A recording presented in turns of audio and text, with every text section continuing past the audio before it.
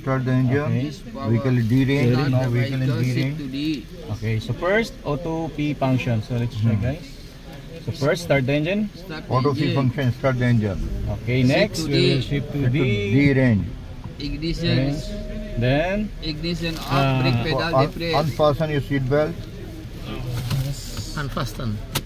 Fasten, then unfasten. Okay. Now. Unfasten. Unfasten. Unfasten. Remove. And open the door. Ignition switch off.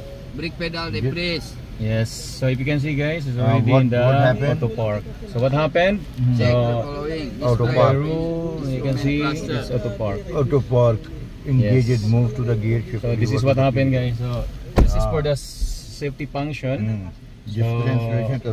When you release your seat belt and open the door, it will directly position in the park. shift people. Yes. Then next, let's check what will happen. So Open the door, driver side. What happened? And Check check the the following. following. Display instrument considered. So when you off, Shift indicated lever. so you can see this ignition indicator, ignition the is off. P. Accessories on. Vehicle. so Starting it says the anti-roll away engage, move the gear selection to reverse. So here, guys, you are in DP now. So if you try to start, you can see it's park here. So when you try to start, it won't start. Okay, so what you need to do, go back to P. Yes. Okay, and you can start now.